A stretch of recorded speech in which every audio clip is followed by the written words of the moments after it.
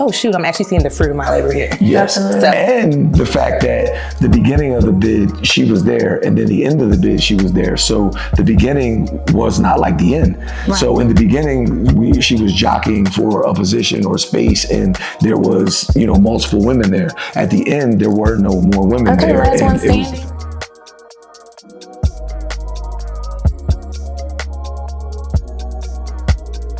Hey y'all, welcome back to another episode of I Wish I Could Make This Up. I'm your host, Doneshia, as you know, if you've been tuning in. And I'm super, super excited about today's episode. We have another guest episode. And to be honest, I feel like guest episodes are my absolute favorite because this platform really is very little about me and more so about everyone else's stories. And so I'm really excited to have this couple here today. And they are Wendy and Lynch Hunt. They're a beautiful married couple, and I'm going to read you some bullet points because there's a ton I could say, but I had to keep it brief. But as we get into this episode, you'll learn more about them and their beautiful love story. So I'm going to start with Wendy's intro, and she is a former law enforcement officer, the co-owner of AWOL Fitness and Anointed Couture Boutique.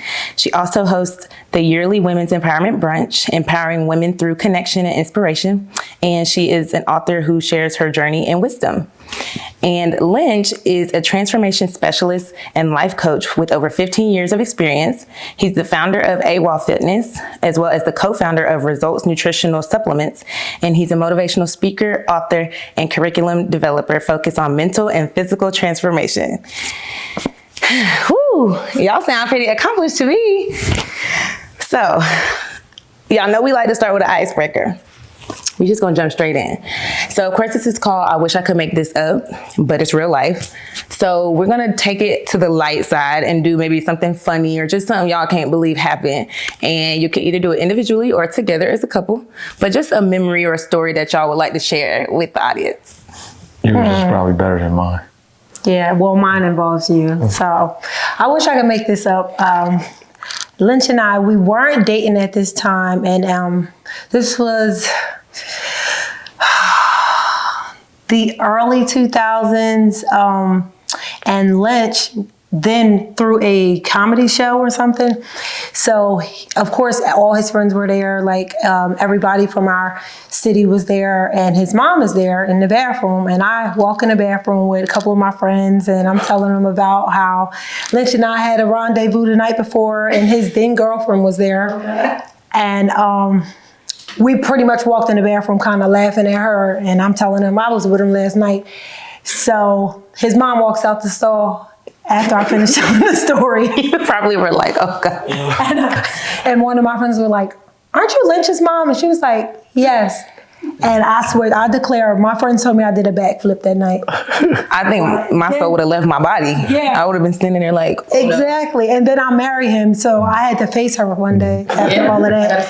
But she said she didn't remember that. So she's kind of old. That's a crazy story. I wish I could make it up. You see? This is why we do icebreakers. This is great. That's insane. Yes. Yeah, no, my soul would have definitely left my body because I would have been like, I don't even have to use the bathroom anymore. Yep. I'm gonna find another bathroom. Okay. Really. That was a good one. Thank you for sharing that. Yeah. Wow. Okay. Yeah. I don't know. I don't think you would have been able to top that. So it's probably best that. Yeah. Okay. Well, this is perfect because, all right. So of course I have to do the pleasantries of saying like, share, and subscribe to my channel. Everything is under I Wish I Could Pod. So TikTok, Instagram, YouTube, Facebook, everything. We will be dropping every Monday. So please turn on the notifications so that you can make sure you tune in every time we drop a new episode. Okay, y'all. So we're back and we're going to get straight into the questions, which that was a great little way to segue us because I'm going to start the first question off with you, Wendy. Ladies first. So what was life like for you as a single mom and police officer before you met Lynch? Well, Lynch and I met when I had my oldest daughter. She was about 4 or 5 years old. But if we're talking about life in North Carolina as a single mom with 2 kids, it was it was lonesome for me because I moved to North Carolina from Jersey, so I didn't have any of my family or friends. It was strictly me and my kids, and of course my profession then, which was law enforcement.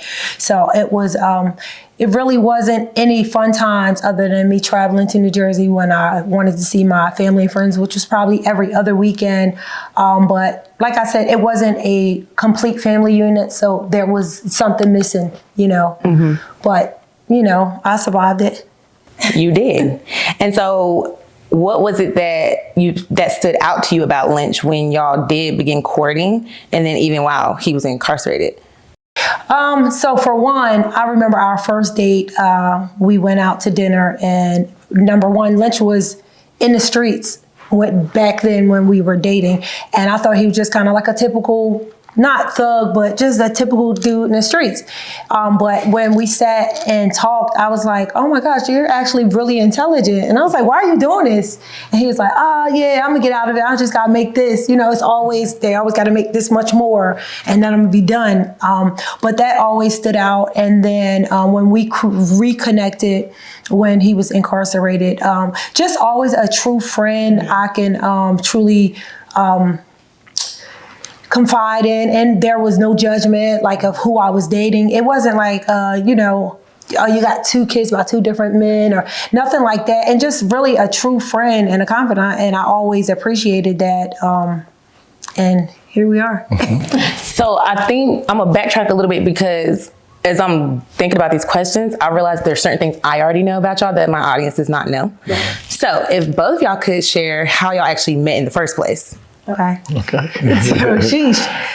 So you did allude to the fact that in the icebreaker that I threw a comedy show. Right. So I was dibbling dabbling as a promoter. Right. All right. So I threw a party this time, and I think it may have been like it was a holiday. It was a pool party, but it was like a Memorial Day party or something like that, big pool party. And you know, a lot of people from the area, you know, showed up to the pool party, and she was there with a friend of ours, the childhood friend that I grew up with, and they came to the party together, and I asked that childhood friend to, you know, hook us up, introduce us, and things like that. And I think that was the first time we actually met each other, and that led to our first date, and you know, things like that. Okay, so that was like 1999. I was just about to say, and how long ago? Okay. Wow, well, I was a child. I was the same age as Deej.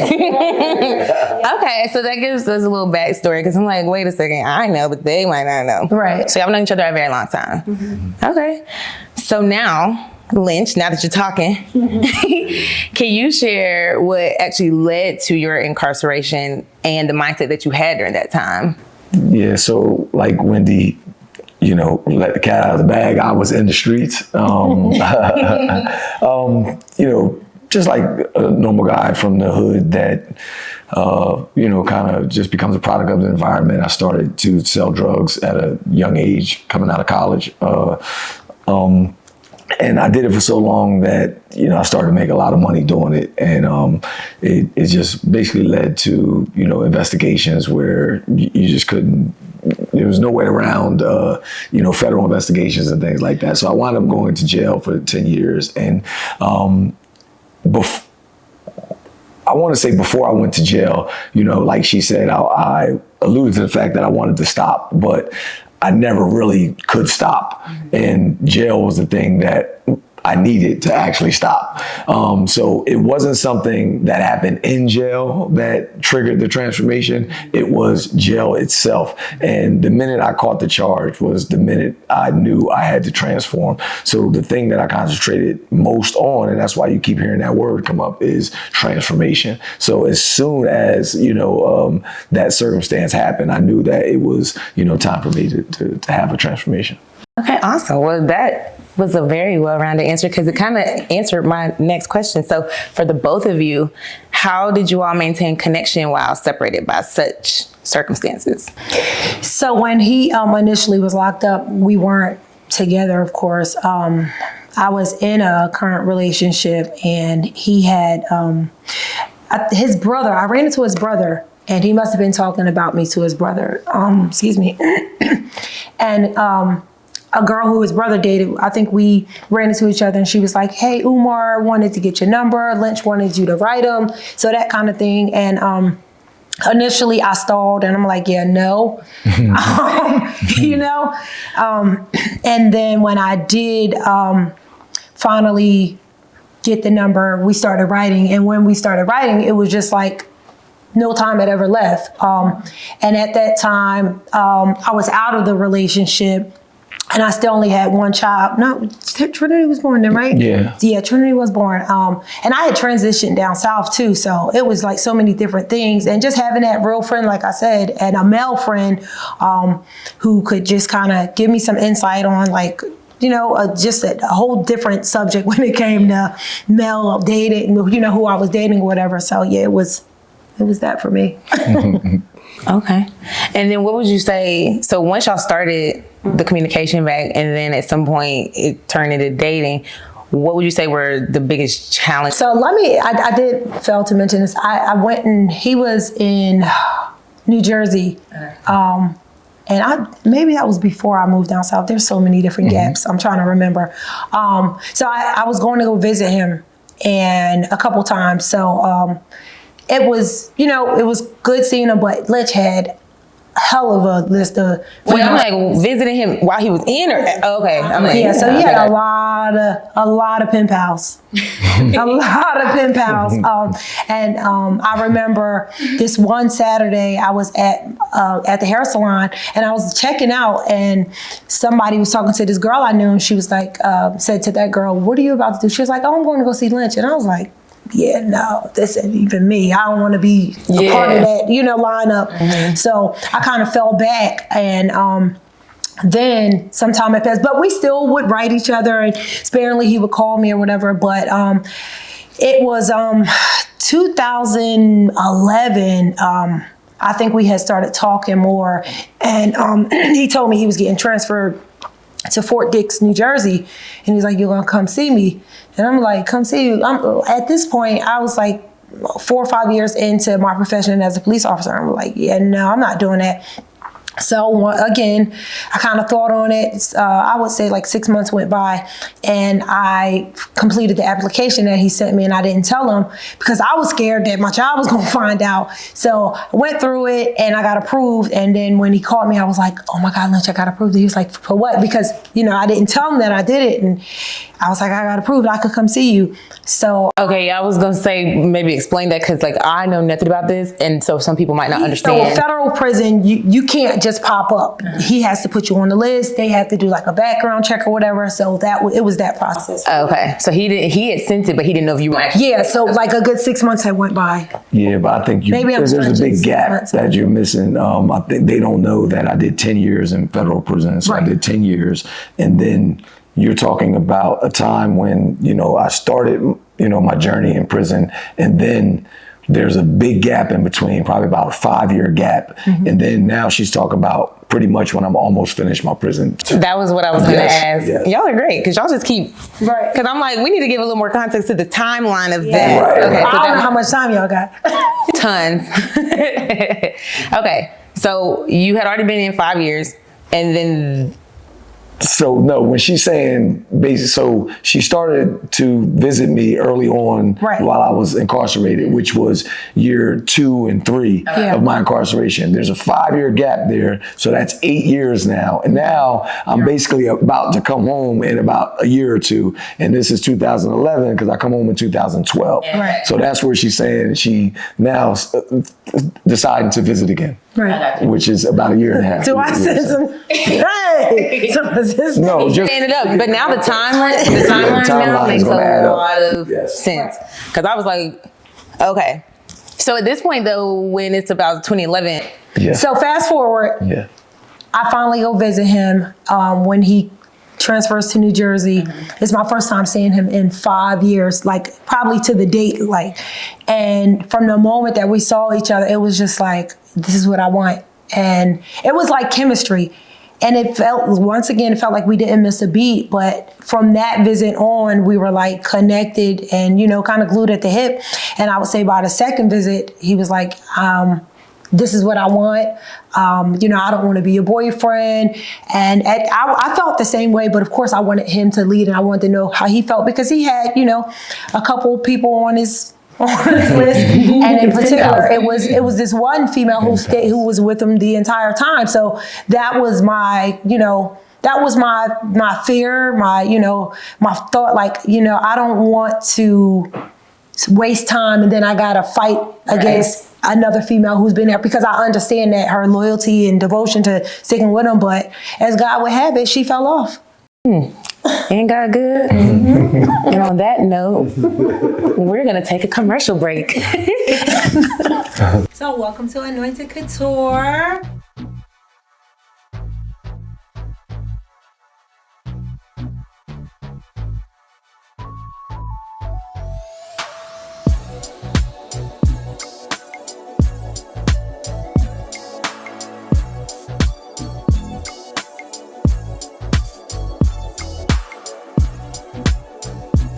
So yeah, ladies, if you want to shop, book an appointment with me and you will have your private shopping experience here at Anointed Couture Boutique. You can contact me at 336-457-1116. So to clarify, and this is for the ladies, this might be for the guys too, because, prison knows no gender. We're not saying just because somebody is incarcerated, you automatically should give them a chance, because everybody is not built the same. Everybody's mental state is not the same. Everybody doesn't have the same mindset, and core values have to align, which is a big part. So I'm just going to toss this over to Lynch. I feel like he could shed some light on this. Yeah, absolutely. Just for context, we talked about me having a lot of pen pals, all that different type of stuff. So I was getting a lot of money in the street. The headline said I was the leader of an $8.3 million drug ring. So there was a lot of reason, for Wendy to believe that, I may not have changed or I may come back and be the same guy, but because of that communication and that connection, she was able to see that I was no longer the guy that I was before I was incarcerated. So people can see when you're transforming and when you're changing. And with those lines of communication, being open and staying open, we were able to work on, core values together. We were able to work on affirmations together. We were able to work on manifesting our, first home, her first purchase of a home without me even being there. And, just doing certain things just showed her that, like she said, this was what I wanted and this is who I wanted to be with, because I was showing her and giving her something that someone who was physically there could not even give her. Mm-hmm. So that was, the deciding factor. And for both of us, I knew she was someone that I could build a foundation with. And when God removed the other woman out of my life, the last year, it just made everything clear, just a clear path for me and her to, to strengthen our bonds and ties that bind, So I think that, just continue to follow your heart and everything that you got going on, because, things will align if you're doing the right thing. I just had a whole thought. It is a little cliche. We hear people say people talking the talk and walking the walk, and don't be about it. Oh, wait. What's the don't talk about it, be about it. See, thank you. But I'm like, no, you literally were being about it. Yes. And then not only, obviously, I was writing each other, she was coming to see you, but there were actions that were somehow manifesting themselves. And then she's like, oh, shoot, I'm actually seeing the fruit of my labor here. Yes. So, and the fact that the beginning of the bid, she was there. And then the end of the bid, she was there. So the beginning was not like the end. Right. So in the beginning, she was jockeying for a position or space, and there was, multiple women there. At the end, there were no more women there. And it was the fact. That's right. and that said a lot in itself. Yeah. Because I was different now. It wasn't just me trying to do some time or do a bid and hold on to these relationships and connections because I was here and they were there. And that is when spinning the block goes right. That's a good one, though. Yeah, no, it's true. Because, you can't always spin the block. We've seen some failures, but that is a success story to me. And now we're sitting here on my podcast. So, Wendy. Yes. What gave you the strength to pursue this relationship while balancing work and raising your two kids? once you knew like, okay, I'm going to do this? So I went through a period when I was living down south that I wasn't dating anybody. And I just was like, you know what, I'm just going to take some time to love on myself, get to know myself without dating. And I also prayed to God, like, God, send me a man who is going to accept my children, who won't judge me for my past, you know, having 2 different kids, I'm married, and just my prayers and my faith. So when everything came back full circle and Lynch was back in my life, just everything just lined up, and I knew that it could be nobody but God who orchestrated that. So I just rolled with that and decided that this is who I was going to spend my life with. That's so important. I feel like, totally different situation for me, because I'm like, because everybody will ask me now, especially like, you're young and you went through a divorce and wouldn't you be depressed and all the things. I'm like, well, the plot twist is I was already depressed. So the divorce really couldn't do too much more, you know what I'm saying? But having that feeling, knowing God orchestrated certain things, it's like, I was having dreams that told me not to be with this man. I'm not gonna just sit there and ignore them, because the dreams were getting crazier. They were getting louder and way more vivid, where I'm like, okay, now you're showing me things that I literally am seeing them happen. Like, I wake up the next day and now I see it. Right. And you show me in my dream. So it's like, I have to listen to that. So I love that. So for you, Lynch, how did Wendy's support impact your journey of self-reflection and transformation? One, I think no matter how many, y'all said pen pals, no matter how many pen pals I actually had, I couldn't, deny the fact that we had, this crazy connection, which was organic. It was, it was just natural. And, no matter how much time had passed, or, no matter what either one of us was going through, it was just like magic every time we connected again. So, I always, I'm, like an energy type of guy. I'm a vibe type of guy and stuff like that. So, I'm real big on that stuff. And, I recognize, how, interaction, it plays a big part in, your relationship. So, I don't deny the fact that if somebody brings your energy down or brings it up, you really got to be conscious of that stuff and aware of it, at all times. And it was just every time we connected and talked, it was just like my energy was at an all-time high, and I couldn't wait to, talk to her again. You just couldn't deny it. Anything like that. Yeah, you just couldn't deny it. But we created something a while ago, and I'll leave it at this real quick. And it was called the 7 Levels of Love.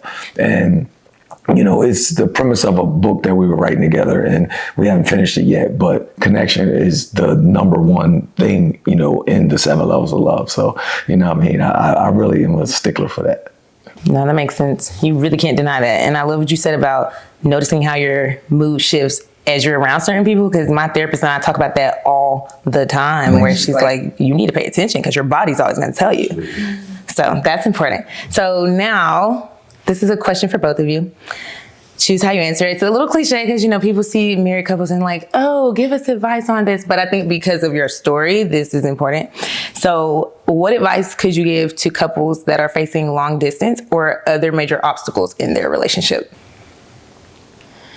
Well, for me, I won't focus on the long distance because if it's love, you'll make it work. But I'll say in regards to relationships and finding that person, I see a lot of women today, and men as well, who create these standards in their head that this person has to have this, that, and a third. But, love is blind. And if I would have set a standard saying that I don't want a man who was incarcerated, or, I don't want a man who had a past criminal history or something like that, I would probably still be out here alone. Yeah. And I in my life experience, I learned to not settle just because, like, I've had friends who married due to the length of time that they were with somebody, or because they had children, and that's never been my story. Like, I can find happiness by myself. And it's a great thing when you can find someone who can add to that. So just this whole standard thing, if you believe in anybody and you believe in, you know, a higher power, you know, go to God, go to whoever you believe in, and just seek those things and pray for those things, and stop having all these standards on humans. We are all human. You know, what if he fought at me for having children before, you know, that would be crazy. So that would be my advice. Okay. Yeah, I mean, I do like that. The fact that the distance was between us and she got rid of the standards was, you know, it was a super plus.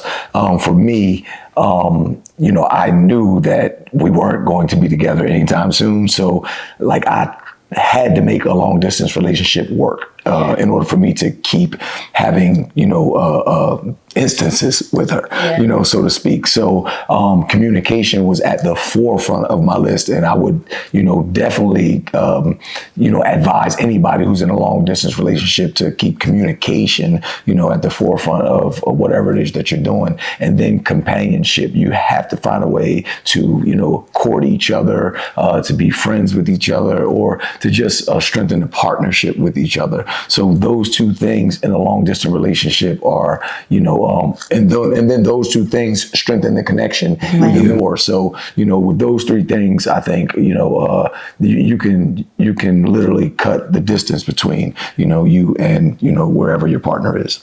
Communication. Y'all heard it. Everybody says this. Ken said it on his, Coach Ken to y'all. He said it on his episode too, but it's always communication. So on that note, you guys, I know it's getting really good. Thank y'all. But we're going to have to cut this, and I'm going to just say to be continued. So hopefully y'all tune into the next episode and y'all can get more, you know, more conversation with the Hunts.